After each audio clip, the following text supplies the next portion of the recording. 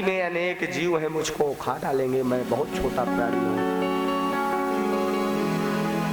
राजा सत्यव्रत उस मछली को अपने कमंडल में रखते हैं और घर ले आते हैं। एक पात्र में रख देते हैं। 2 घड़ी के बाद देखते हैं कि वो मछली उस पात्र से बाहर आ रही है। तो कहती है, फिर राजा से बोलती है कि राजन, इस जो आपने ये पात्र है, ये पात्र मेरे रहने के लिए थोड़ी जगह कम है, मुझे कष्ट हो रहा है। आप राजा सत्यव्रत एक बड़ा सा घड़ा मंगवाते हैं और उसमें मछली को रख देते हैं। 2 घड़ी के बाद फिर देखते हैं कि वो मछली घड़े से बाहर। राजा सत्यव्रत से फिर कहती है कि राजन, मेरे रहने का स्थान ये छोटा पड़ रहा है, आप मुझे कष्ट हो रहा है मेरे शरीर को। राजा सत्यव्रत अपने राज्य के जब तक महाप्रलय है तब तक मैं समुद्र में इस प्रकार से राजा सत्यव्रत को बता करके जो मत्स्य भगवान है, बोलिए मत्स्य भगवान की जय। राजा अपने राजपाट चले आते हैं और 7वें दिन ये देख रहे हैं कि ये जो समुद्र सागर है पूरे पृथ्वी को जलमग्न करेगा, बाढ़ रहा। 7वें दिन जब जलमग्न हो गया, महाप्रलय, सब कुछ जितने जीव में जीव सभी मिल गए। उधर से सप्तऋषियों सहित नाव आती है, राजा उसी में बैठ जाते हैं और जाकर के समुद्र में राजा को जो मत्स्य वो ज्ञान देते हैं।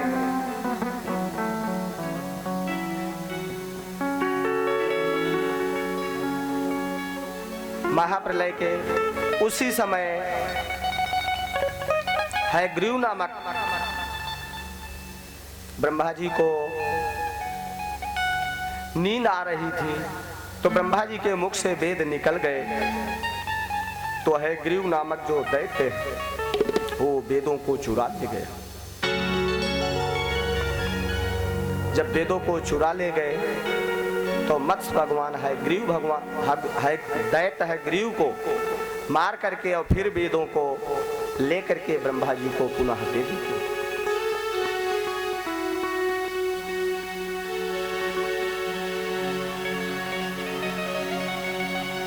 इसके बाद महाप्रलय समाप्त हुआ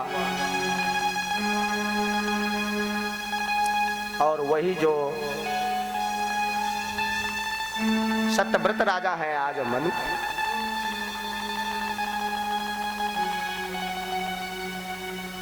इधर राजा परीक्षित सुखदेव जी महाराज से फिर प्रार्थना करते हैं कि भगवान आप थोड़ा मुझे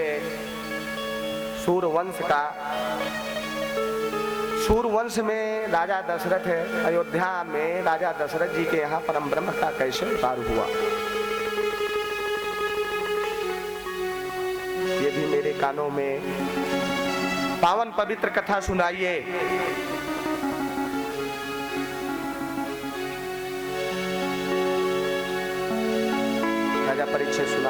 राजा परीक्षित सुनने लगते हैं, सुखदेव जी महाराज सुनाते हैं।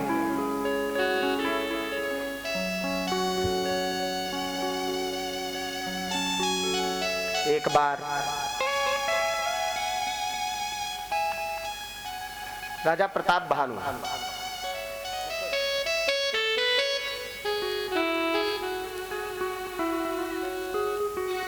और शिकार खेलने जंगल की ओर चला तो जंगल में बहुत दूर तक निकल जाते हैं। एक सुअर का पीछा करते हैं। पीछा करते करते सुअर बहुत दूर तक निकल जाता है। कई योजन, जब 70 योजन राजा प्रताप भानु की राजधानी से दूर निकल जाता है तो राजा को प्यास लगती है, भूख लगती है, थकान होती है और सुअर को तो विलुप्त हो गया, लेकिन राजा को थकान महसूस हुई। ये हुआ कि अब यहाँ से तो और रात्रि होने वाली है, इस समय मैं पहुँच नहीं पाऊंगा अपनी नगर में, तो मैं यही हो सके किसी आश्रम आदि में मैं रुक लूं। राजा प्रताप भानु एक कपटी मुनि का आश्रम था नजदीक, वहीं जाकर के पहुंच जाते हैं। राजा प्रताप भानु उस कपटी मुनि का वो उसके पास भी राजपाट था, इन्होंने उसको निकाल दिया था क्योंकि राजा प्रताप भानु चक्रवर्ती राजा थे। जब उन्होंने निकाल दिया था तो वो रूप दाढ़ी आदि बढ़ा करके अपना रूप बदल करके कपटी मुनि वो आश्रम में रहता था, अपना आश्रम बनाए। राजा जब पहुंचते हैं तो घोड़ा को बांध देते हैं आश्रम में और पहुंच जाते हैं तो जो कपटी मुनि है उनको प्रणाम करते हैं। प्रणाम करने के बाद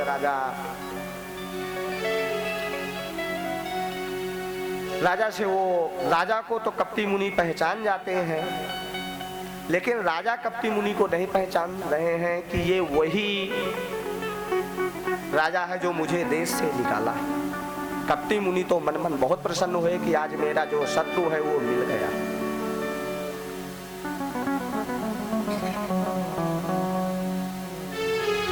राजा से परिचय पूछते हैं। राजा कहता है, प्रताप भानु बताते हैं कि हमारे जो राजा है प्रताप भानु है और मैं उनका मंत्री हूँ, मेरा नाम है धर्मरुचि। राजा प्रताप भानु के छोटे भाई का नाम अरिमर्दन था।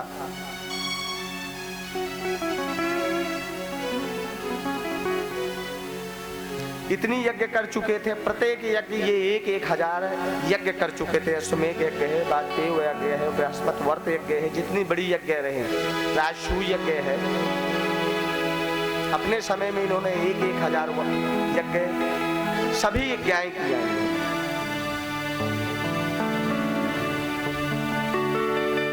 इस प्रकार से राजा जब मुनि जी से परिचय पूछा तो उन्होंने कहा कि मेरा नाम है एक तन। राजा प्रताप भानु पूछते हैं कि ये बताइए एक तन का मतलब क्या?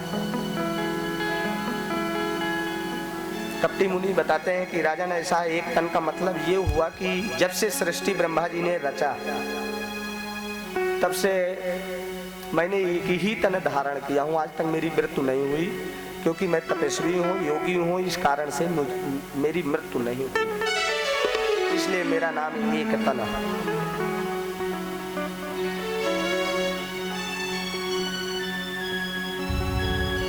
राजा को प्यास लगी थी, सरोवर में कपटी मुनि ले जाते हैं और हाथ पैर धुल करके राजा उसी सरोवर में जलपान करते हैं।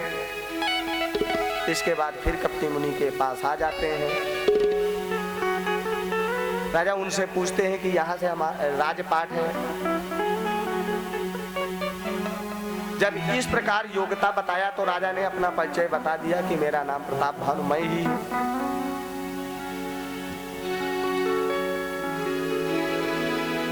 कपटी मुनि ने उनको भोजन आदि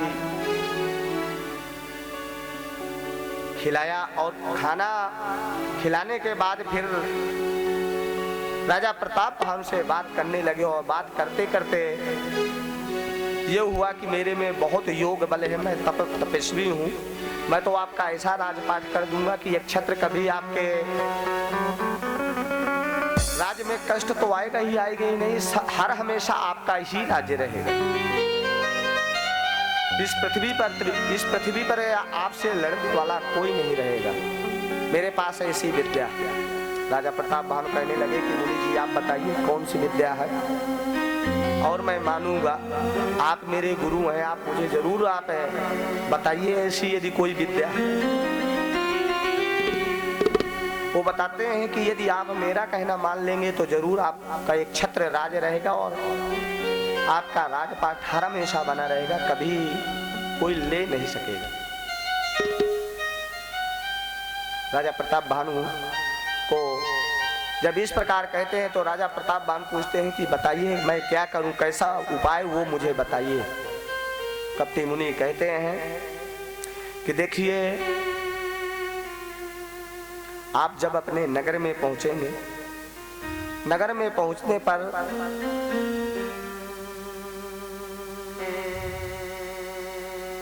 आप वहां ब्राह्मणों को निमंत्रण देना, 1 लाख ब्राह्मण निमंत्रण दीजिए। वेद पाठी ब्राह्मणों 1 लाख ब्राह्मणों को निमंत्रण दिया जाए।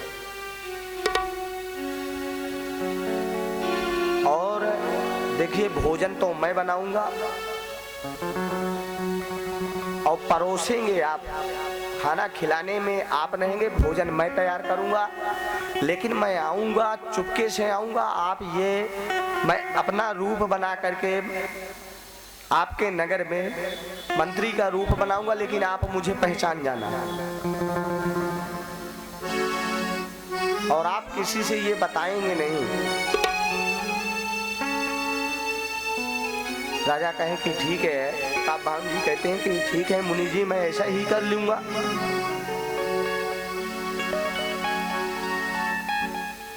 यदि आप ऐसा कर रहे हैं तो मैं ऐसा ही करूंगा। इस तरह से बात करते करते जब राजा को अनेक प्रकार से बातों को ज्ञान दिया तो राजा का जो बुद्धि है वो फिर गई। बुद्धि को फिरते हुए देखकर प्रताप भानु अर्धरात्रि हो गई कि प्रताप भानु की जो बुद्धि है वो भ्रमित हो गई। कपटी मुनि ने ये सोचा कि अब पूरा जो बस है मेरा हो गया है राजा में, अब राजा को जैसे मैं कहूंगा वैसे ही ये करेंगे। इधर अर्धरात्रि हो गई, राजा को नींद आ रही थी, थकान के कारण राजा सो जाते हैं। इधर कपटी मुनि भी सो जाते हैं, लेकिन कपटी मुनि को नींद नहीं आती। रात्रि में ऐसा माया फैलाया कपटी मुनि ने, रात्रि में राजा को भेज दिया उसके दरबार में और रानी के बगल में माया से उनको पहुंचा दिया और रानी के बगल में सुला दिया।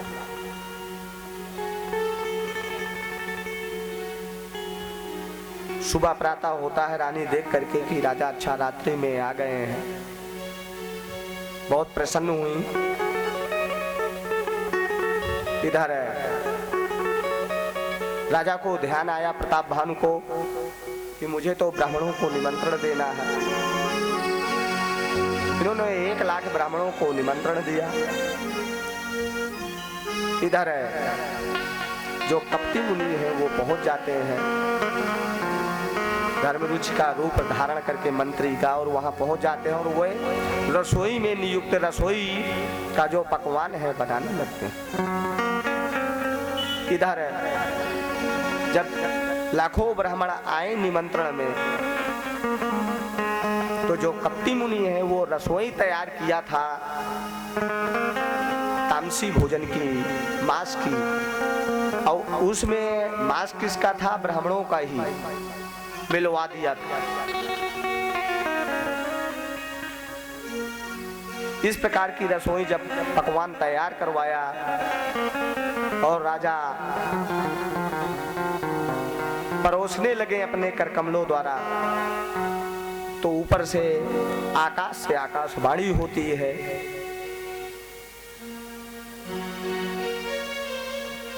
ब्राह्मणों, ये जो ब्राह्मण है, ये जो राजा है, ये जो भोजन परोस रहा है, इस भोजन में ब्राह्मणों का मांस है, तुम ना खाना।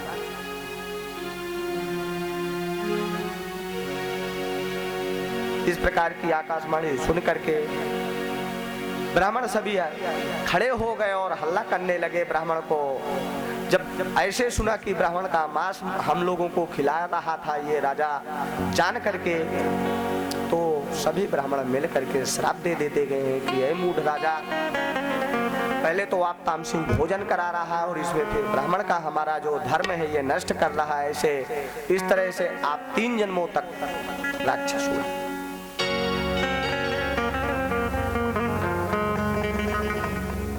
राजा प्रताप भानु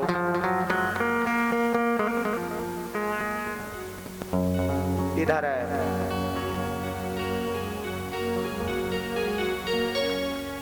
पुलस्त वंश में ब्रह्मा जी के पुत्र हैं पुलस्त। अब पुलस्त पुत्र विशर्वा मुनि है विश्वशर्वा। अब विशर्वा मुनि के 2 धर्म पत्नी हैं। एक का नाम तो इडबिडा है जिनके यक्षराज कुबेर है, और दूसरी धर्म पत्नी का नाम है केशनी कहते हैं, कैक्सी जिसे बोलते, जिनके रावण, कुंभकर्ण और एक इनके कन्या थी जिनका नाम था कुंभनसी। ये शूर्पणखा जो थी ये इनकी चचेरी बहन थी।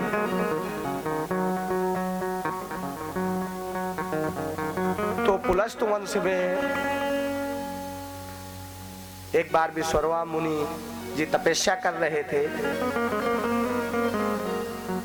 और सायंकाल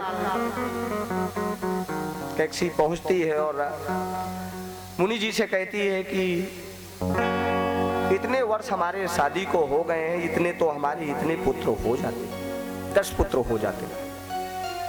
विश्वकर्मा मुनि कह रहे हैं कैसा है, एक ही पुत्र आपके ऐसा होगा जो 10 पुत्रों के बराबर होगा, उसके 10 सर होंगे।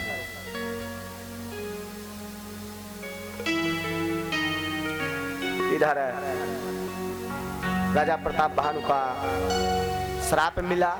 यही राजा प्रताप भानु रावण बनता है और जो इनका छोटा भाई है अरिमर्दन वो कुंभकर्ण बनता है, और जो इनका मंत्री धर्म रुचि है वो विभीषण बनता है।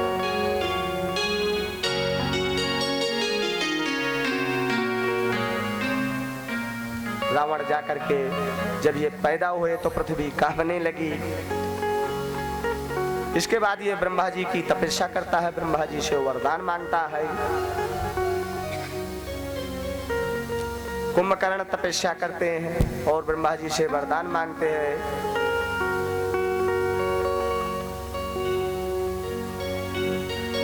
रावण तो ये वरदान मांगा कि देखो ऐसा है, मैं बंदर और मनुष्य के हाथ मेरी मृत्यु हो और किसी के हाथ ना मेरी मृत्यु हो। कुंभकर्ण वैसा तो मांगना चाहता था कि मैं 6 माह तक जागूं और एक दिन सोऊं, लेकिन सरस्वती देवताओं ने जाकर के प्रेरणा सरस्वती जी की आराधना किया कि माँ आप इसकी बुद्धि का थोड़ा सा बदलिए, थोड़ा फेर बदल करिए, नहीं तो ये तो संसार में किसी को रहने नहीं देगा। सरस्वती आती है, जब वो ब्रह्मा जी से वरदान मांगता है तो वरदान में यही कहता है कि मुझे एक दिन मैं जागूं और 6 माह सोऊं। बोले बांके बिहारी लाल की जय। जब विभीषण तपस्या करके पहुंचते हैं तो ब्रह्मा जी उनको वो ब्रह्मा जी से वरदान मांगते हैं कि प्रभु मुझे तो भगवान की भक्ति चाहिए, भगवान के चरणों में अनुराग चाहिए।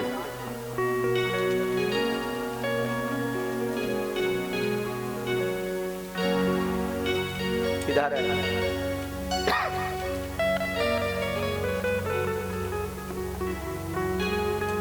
एक बार वैकुंठ का निर्माण होता है।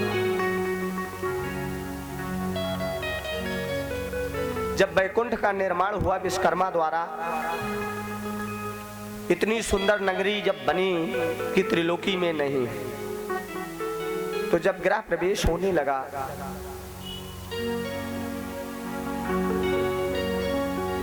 वैकुंठ में, विष्णु भगवान जब गृह प्रवेश कराने लगे तो सभी देवी देवताओं को बुलाया निमंत्रण दिया तो उसमें माता पार्वती जी भी भोलेनाथ जी के साथ गई थी।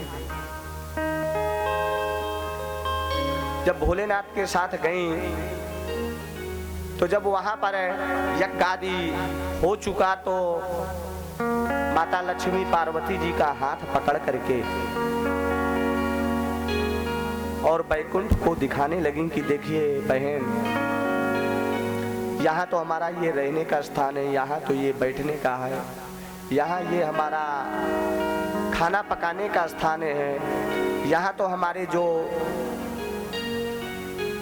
नौकर आदि हैं, द्वारपाल आदि हैं, ये आएंगे, ये हमारे गेस्ट के, ये कोई देवता आ रहा है। ये इस प्रकार से जब दिखाने लगे तो माता पार्वती जी को थोड़ा ईर्ष्या हुई कि ये आज इस प्रकार का घर बनवा लिया है तो मुझे अपना ये घमंड दिखा रही कि तेरे पास कोई घर नहीं है, अब मेरा तो इतना सुंदर घर बना।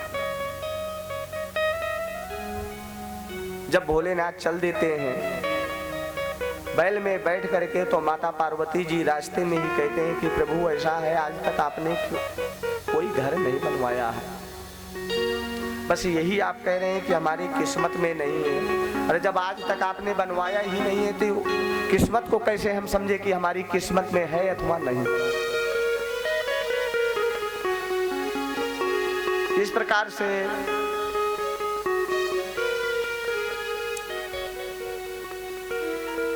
जब माता पार्वती जी बार बार प्रेरणा कर रही हैं,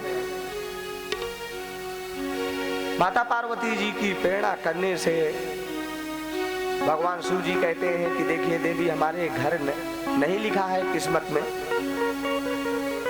और हमें घर आदि की जरूरत क्या है। माता पार्वती जी कह रहे हैं हमारे 2 पुत्र हैं, कल बहुएं आएंगी, इनकी शादी करेंगे तो घर मकान किसको जरूरत नहीं है। कल बच्चे यही कहेंगे कि पिताजी ने कुछ नहीं किया है, तो चल करके आप बनवाइए।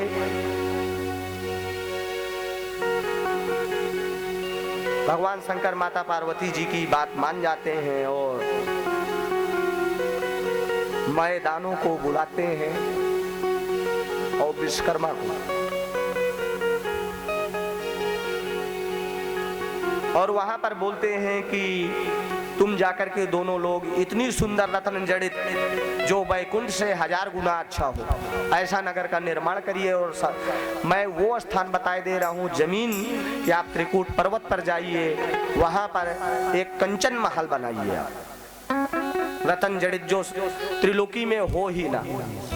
वैकुंठ से सुंदर तो किसी का मकान है ही, जहां पर भगवान विष्णु का वास है वहां की उपमा क्या कहूं।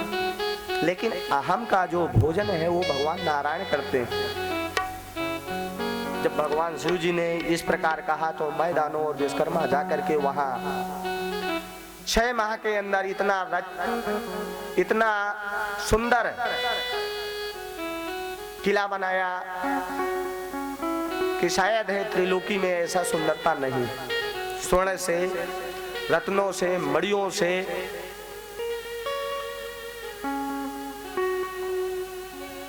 जब बन गया तो भगवान शिव जी ने गृह प्रवेश के लिए माता पार्वती जी ने कहा कि जैसे वैकुंठ का गृह प्रवेश हुआ है वैसे ही हम करवाएंगे और हम भी सभी देवी देवताओं को बुलाएंगे गृह प्रवेश में। और माता पार्वती जी मन में ये सोचा कि जैसे तुमने मेरा हाथ पकड़ कर दिखाया है वैसे मैं भी तुमको दिखाऊंगी कि देख अब ये तेरा घर कैसा है और मेरे घर में क्या है, अब समझ लेगी कि किसका घर अच्छा है। भगवान शिव सब समझ रहे हैं कि ये प्रभु की कुछ माया है और होने वाली है। इधर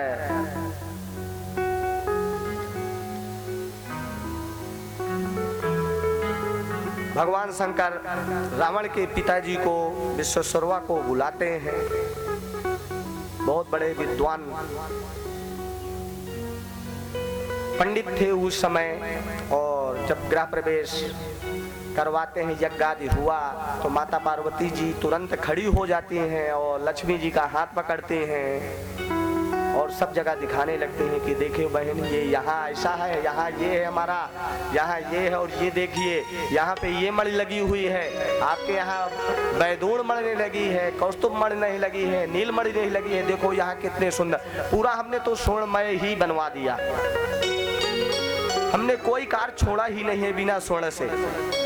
आपने तो कहीं कहीं पत्थर ही आपके उसमें बैकुंठ में लगे, हमने पत्थर का कार्य ही नहीं कराया, सारा ही स्वर्ण करवा दिया, उनमें रत्न और जड़ित मणियों से अनेक सुसज्जित करवा दिया।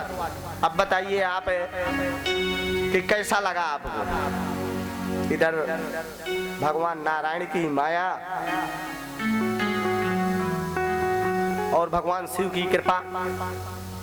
भगवान शंकर कहते हैं विश्वकर्मा मुनि जी से कि ईश्वर ये बताइए अब आपको दक्षिणा क्या दिया जाए। भगवान शंकर समझ गए उनकी मन की बात ऋषि की कि ये मकान लेना चाहते हैं।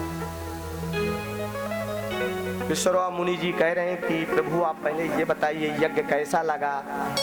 कहीं बहुत अच्छा करवाया आपने गृह प्रवेश, हमारे सभी देवी देवता आए हुए हैं, सब प्रसन्न हैं, आपका यज्ञ देख करके सभी को प्रसन्नता है। अब आप बताइए क्या चाहिए आपको, क्या दिया जाए गृह प्रवेश में।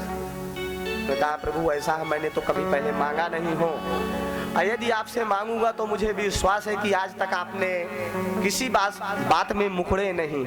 एक आप ऐसे देव हैं क्योंकि आपका नाम है देवाधिदेव, आप अवधड़ हैं, जल्दी प्रसन्न होने वाले हैं और मैं मांग लूंगा तो आप जरूर दे देंगे।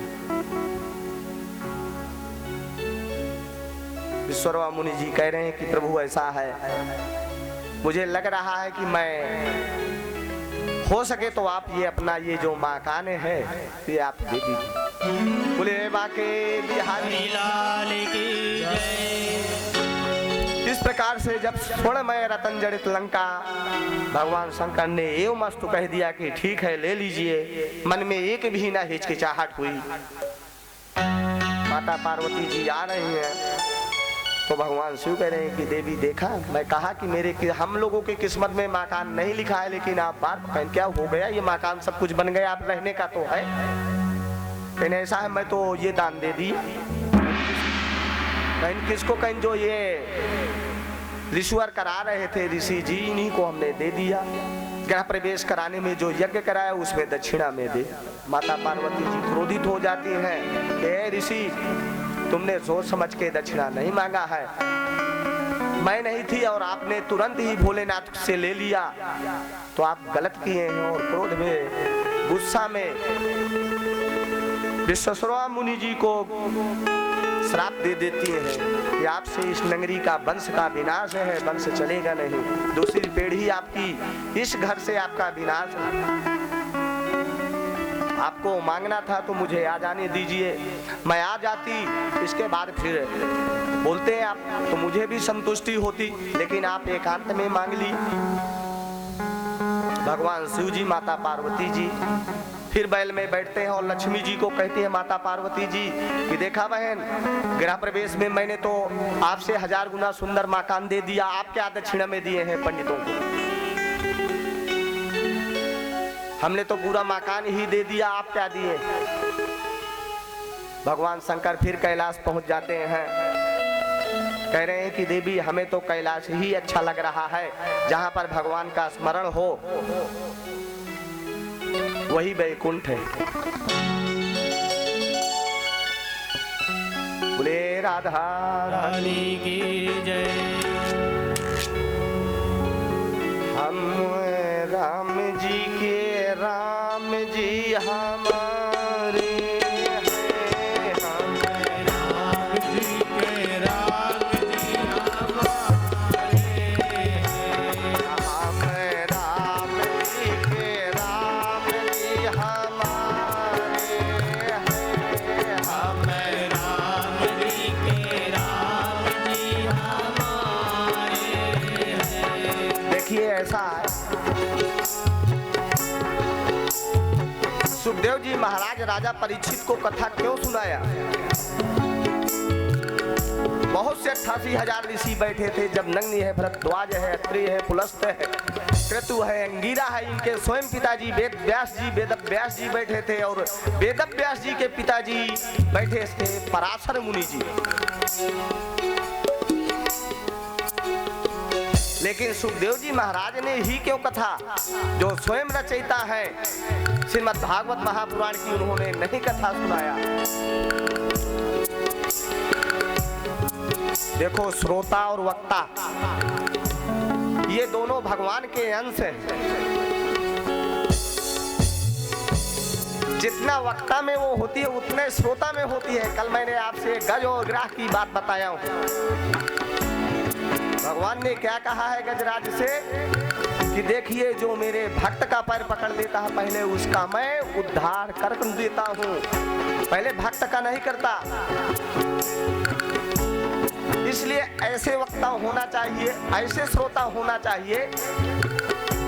तो देखो, जैसे नारद जी हर हमेशा झूमते रहते हैं, जब भगवान का भजन होता है तो जब हम आनंद से करेंगे। राजा परीक्षित जी एकाग्र बैठे हैं, वीर आसन पर बैठे हैं, सुखदेव जी महाराज सुना रहे एक तक। वहां पर किसी के लिए विमान नहीं आया, सभी सुन रहे हैं, लेकिन परीक्षित जी के विमान स्वर्ग से आ रहा। तो जैसे हम चलेंगे इसी प्रकार आप चलेंगे तो कथा में और ज्यादा और भगवान प्रसन्न होंगे। तो आइए फिर हम राम जी के राम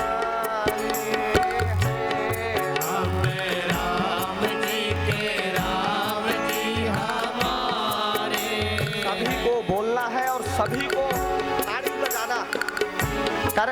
जो ताड़ी क्यों, हाथ क्यों है, इसके जो हमारी हस्त रेखाएं हैं, भगवान के कीर्तन से हस्त रेखाएं स्वच्छ हो जाती हैं। ये हाथ से ही यमराज पूछता है कि इन हाथों से क्या किया है आपने, कौन सा कर्म किया है, गलत किया है या अच्छा किया है। क्योंकि कर्म गलत होता है, अच्छा होता है तो हाथों से होता है, इसलिए हमको ताड़ी बजाना अनिवार्य होता है। हम राम जी के राम जी हमारे हैं, हम राम जी के राम जी हमारे हैं, हम राम जी के राम जी हमारे हैं, हम राम जी के राम जी हमारे हैं, हम राम जी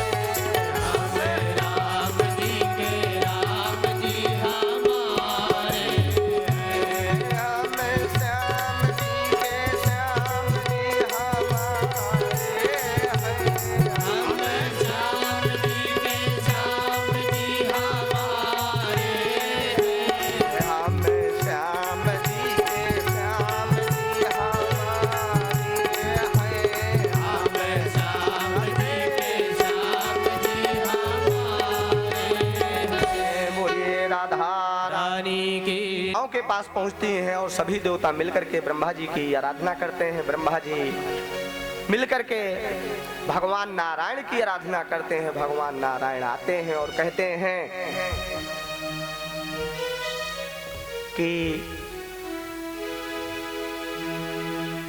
स्वयंभू मनु और शत्रुपा ये अयोध्या में राजा होंगे, दशरथ नाम से मनु होंगे और कौशल्या जो है वो शत्रुपा होंगे। उन्हीं के उदर से मैं, शत्रुपा के उदर से मैं अनशन सहित आऊंगा और जल्दी इस पृथ्वी का मैं भार उतारूंगा।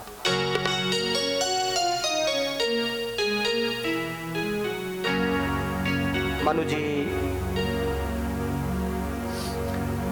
जब राजा मनु का चतुर्थपन आ गया तो अपनी रानी शत्रुपा जी को लेकर के ये अपने पुत्र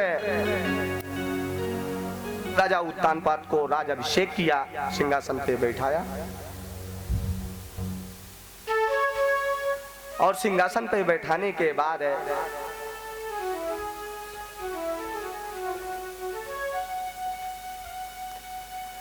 नैमिषारण्य सरस्वती नदी में जाते हैं और तपस्या करने लगते हैं। एक पैर पर नदी में जाकर के खड़े हो जाते हैं, ऊपर हाथ करके तपस्या करते हैं।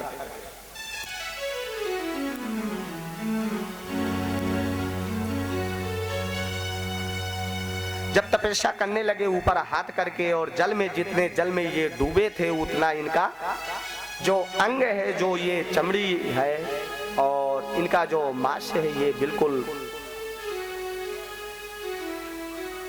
जल से निकल गया था।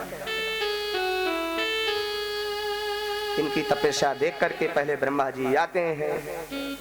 ब्रह्मा जी कहते हैं कि मनु जी कोई मुझसे वरदान मांगिए, आप धन चाहिए, दौलत चाहिए।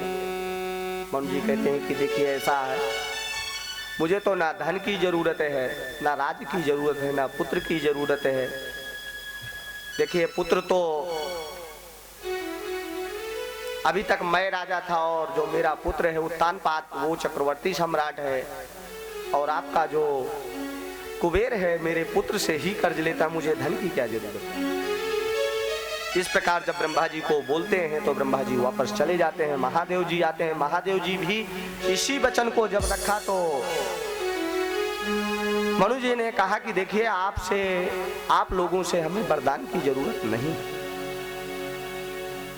हमें वर तो चाहिए नारायण जी से, और जब वही आएंगे तभी हम अपनी तपस्या छाड़ेंगे। ये निराहार होकर के जब वायु को रोक दिया तो भगवान नारायण आते हैं और दर्शन देते हैं, खड़े हो जाते हैं कि मनु जी आप मुझसे मांगिए।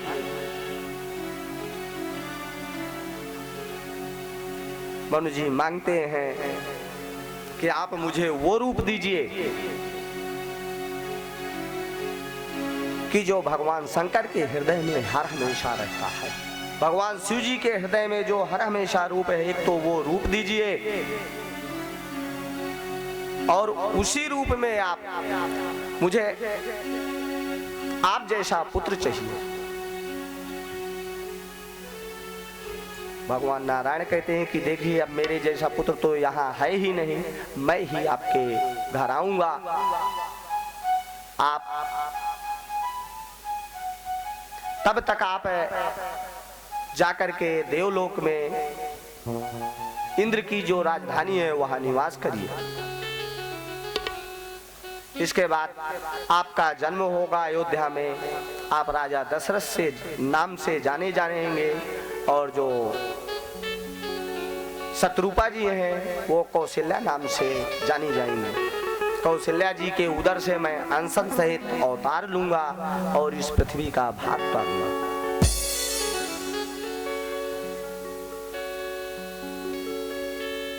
इधर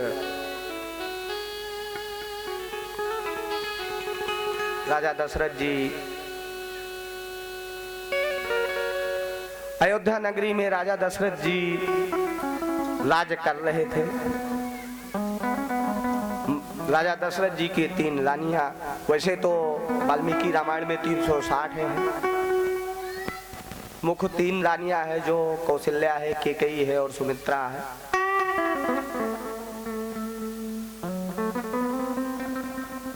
राजपाठ कर रहे थे।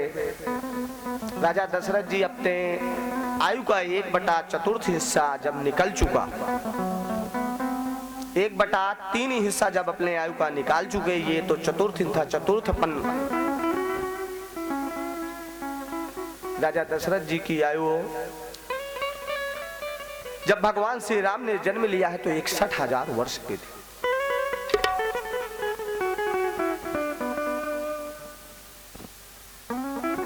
और रावण जब मारा गया है तो 66,000 वर्ष का रावण था।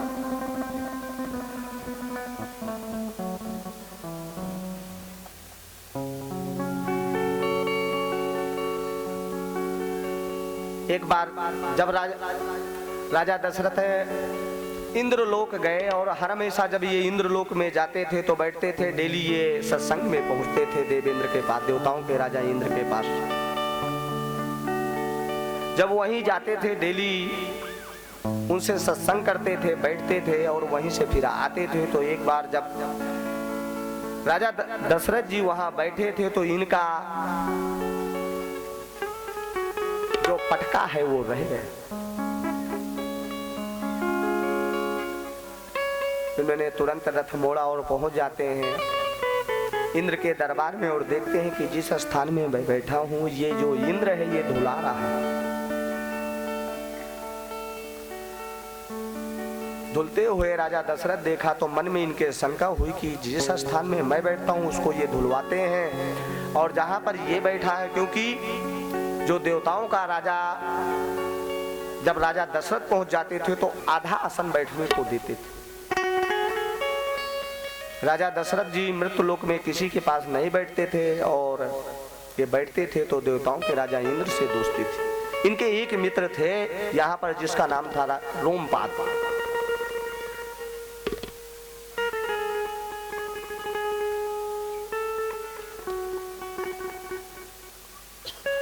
इस प्रकार से जब देखा तो इन्होंने प्रश्न किया इंद्र से, तो मित्र वही है जो सच्ची बात बोल दे। मित्र वो नहीं है जो मुख में कहे कुछ और करे कुछ, बातें छिपा जाए, वो मित्र मित्र नहीं। मित्र वही है जो सच्ची बात बोल जाए। इंद्र कहते हैं कि अवधेश तुम्हारे पुत्र नहीं है, तुम पुत्रहीन हो, इसलिए तुम जिस स्थान में बैठ जाते हो वो स्थान अशुद्ध हो जाता है। जो कि राजा दशरथ जी की एक कन्या थी शांता, जिसका नाम था शांता, जो श्रृंगी ऋषि के ब्याही थी। राजा रोमपाद को ये गोद में दे दिए।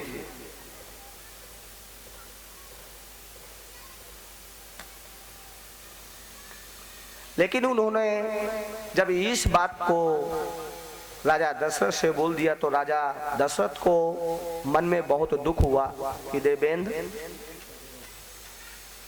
तेरा एक जयंत है। इंद्र का लड़का कौन है? जयंत। उसमें तुझे इतना घमंड है, एक लड़के में तेरे एक जयंत है। मेरे घर में 4 अवतार, 4 भगवंत अवतार लेंगे। आपका एक जयंत है, मैं 4 भगवंत को अवतार, और वहीं से चले आते हैं।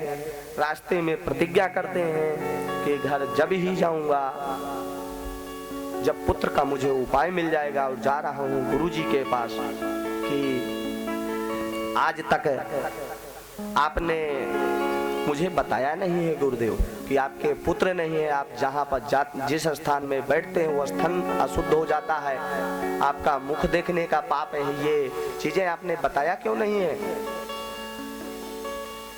और जैसे पुत्र होगा वैसे वो उपाय बताइए।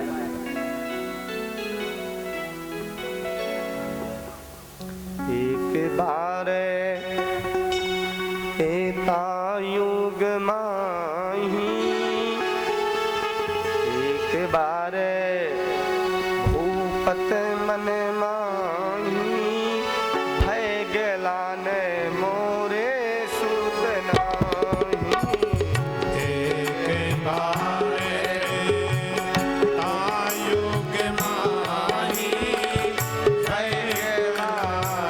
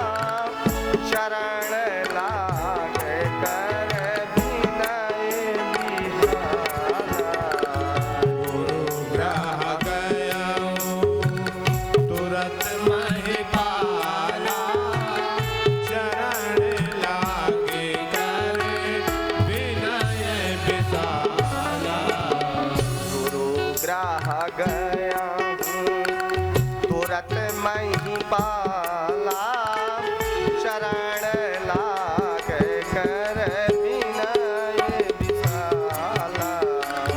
गुरु ग्राह गया हूँ तुरंत मैं पाला शरण लागे गए विनय विशाला। गुरु में समझावा तुमसे हृदय दुख दारू निदावा। श्री राम जय राम जय जय राम श्री राम जय जय राम। इस प्रकार से जब गुरु जी के पास पहुंचते हैं और गुरु जी के पास जब राजा दशरथ पहुंच जाते हैं गुरु वशिष्ठ के पास, तो वशिष्ठ जी के चरणों में गिर जाते हैं और कहते हैं गुरु जी, आज तक आपने मुझे ये नहीं बताया कि आपके पुत्र नहीं है, पुत्र न होने से ये तो मेरा जो मित्र है देवेंद्र वो बताया है, क्या ये बात सचमुच है? वशिष्ठ जी कहते हैं कि अवधेश ये बात तो सत्य है, लेकिन आपने बताया क्यों ना अभी तक? मेरा तो चतुर्थपन आ गया। वशिष्ठ जी कहते हैं कि अवधेश राजन, आपके चतुर्थपन में ही 4 पुत्र लिखे, आपके 3 पन तक कोई पुत्र ही संतान ही नहीं लिखा। यदि 3 पन तक यदि पुत्र होता तो वो कष्टकारी होते आपके लिए।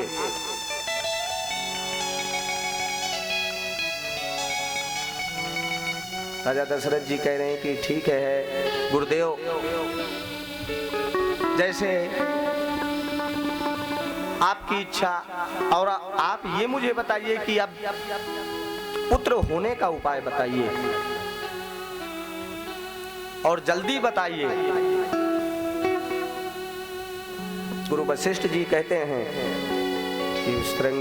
कि श्रृंगी ऋषि जी के पास श्रृंगी ऋषि को बुलाना पड़ेगा और वो पुत्रेष्ठ यज्ञ करवाएंगे। उस यज्ञ में जो यज्ञ का फल है वो रानियों को दिया जाएगा, उसी से पुत्र होगा।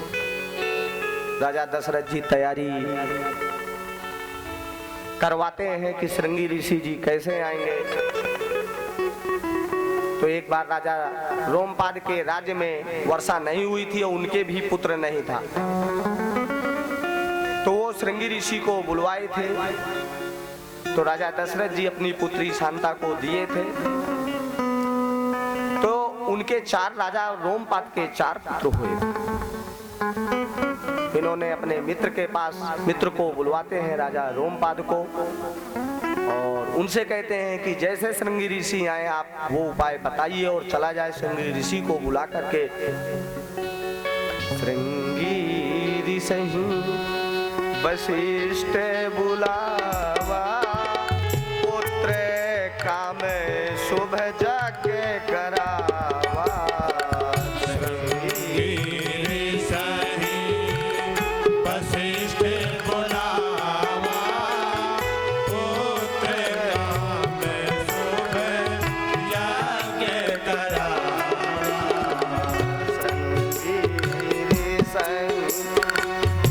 वशिष्ठ गुरु श्रृंगी ऋषि वशिष्ठ बुलावा पुत्र काम शुभ यज्ञ करावा।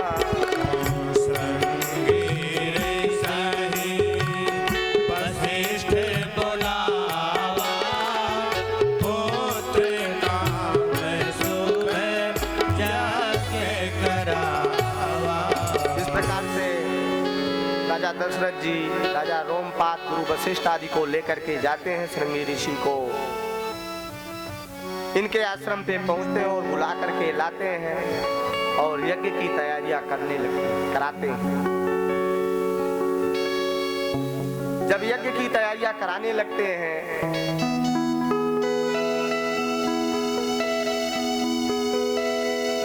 अनेक प्रकार की सामग्रियां औषधियां जितनी हैं सारी मंगा करके राजा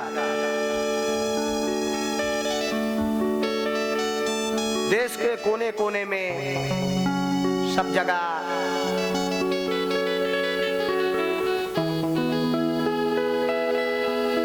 पत्राचार करवाया, यानी पत्र भिजवाए और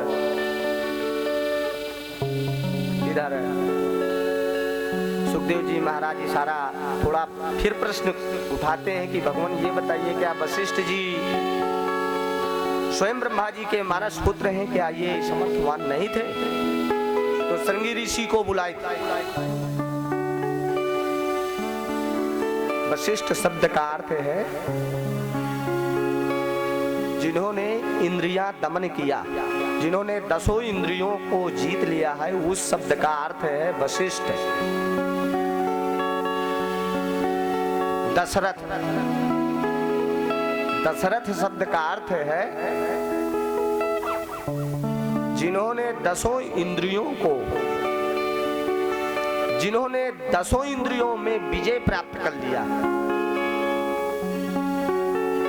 उनका नाम दशरथ है। एक बार राजा जनक जी के छोटे भाई कुशध्वज, उनसे किसी प्रकार एक गाय की गो हत्या लग गई। जब गौ हत्या लग गई, गौ वध हो गया, तो उन्होंने अपने बड़े भैया के पास, जनक जी के पास पहुंचे कि आप तो योगी हैं और आपके पास यदि कोई तपस्या है तो उस गाय को जो जिंदा कर दीजिए। उन्होंने कहा कि देखिए ऐसा मेरे पास तो इस समय कोई तप नहीं है, आप जाकर के अयोध्या के राजा दशरथ हैं, अवधेश हैं, उनके पास चले जाइए, उनके पास कोई तपस्या हो तो ये गाय जिंदा कर दे। राजा जनक जी के छोटे भाई कुशध्वज आते हैं,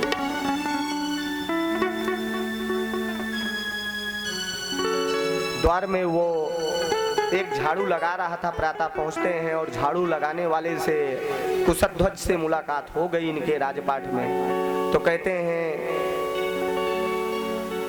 कि आप जाकर के राजा दशरथ से ये बता दीजिए कि राजा जनक के छोटे भाई कुशध्वज आए हैं और उनसे गो वध हो गया है, इसलिए उनके पास यदि कोई तपस्या है तो वो जिंदा कर दे। राजा दशरथ जी के पास पहुंचते हैं वो